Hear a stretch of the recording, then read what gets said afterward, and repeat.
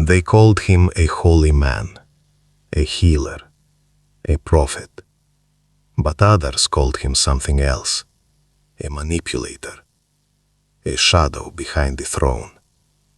And by the time they realized how much power he had, it was already too late. This is the deeper story of Grigori Rasputin, and how one man became the center of an empire's unraveling.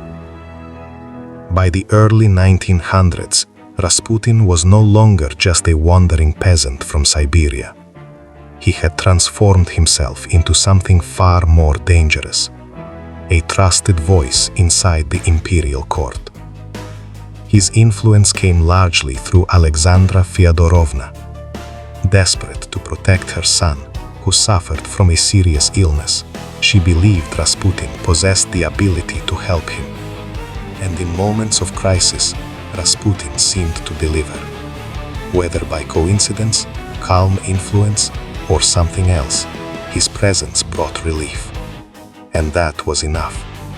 Because once someone believes you hold the key to their greatest fear, they will protect you at all costs. While Nicholas II focused on leadership during a time of national crisis, Rasputin's voice grew louder inside the palace. Ministers were appointed and removed. Decisions were influenced, often behind closed doors. To the outside world, it looked as though the empire was no longer being guided by its ruler, but by a mysterious outsider. And perception became more powerful than truth.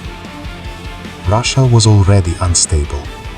Economic hardship, military struggles, growing dissatisfaction among the people. And now, rumors spread rapidly. Stories of Rasputin's behavior, his lifestyle, his closeness to power. Some exaggerated, some impossible to confirm. But in a time of fear, people don't wait for proof. They react to what they believe. And soon, Rasputin became more than a man. He became a symbol of everything that was going wrong. Inside the aristocracy, concern turned into alarm. They believed Rasputin's influence was weakening the empire, that his presence was damaging trust in leadership, and that if nothing changed, everything could collapse. Among those who feared him most was Felix Yusupov, a man of status, connections, and determination.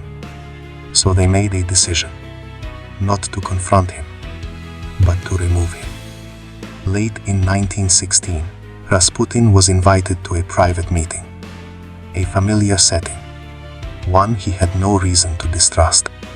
The environment was calm, controlled, almost ordinary, but beneath the surface, everything had been carefully planned.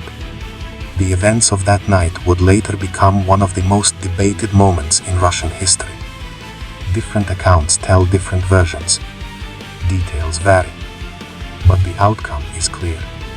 Rasputin did not leave that night the same man who entered. And here's what makes this moment so powerful. It wasn't just about removing a man.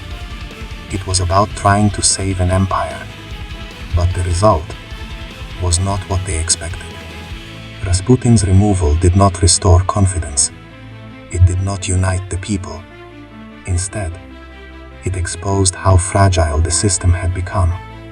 Within a short time, Russia moved towards revolution. The monarchy weakened, and the Romanov dynasty came to an end. The man they believed was the problem was gone, but the collapse continued. Grigori Rasputin became a legend, a mystery shaped by fact and myth. To some, he was a manipulator who held too much influence. To others, a man misunderstood in a time of chaos. But his story reveals something deeper. Power is rarely simple, and influence can reshape entire systems. So in the end, was Rasputin the cause of the fall, or just a symptom of something already breaking? When leadership loses trust, influence fills the gap. And when power operates without transparency or accountability, even a single figure can accelerate the fall of an entire system. True stability is built not just on authority, but on trust.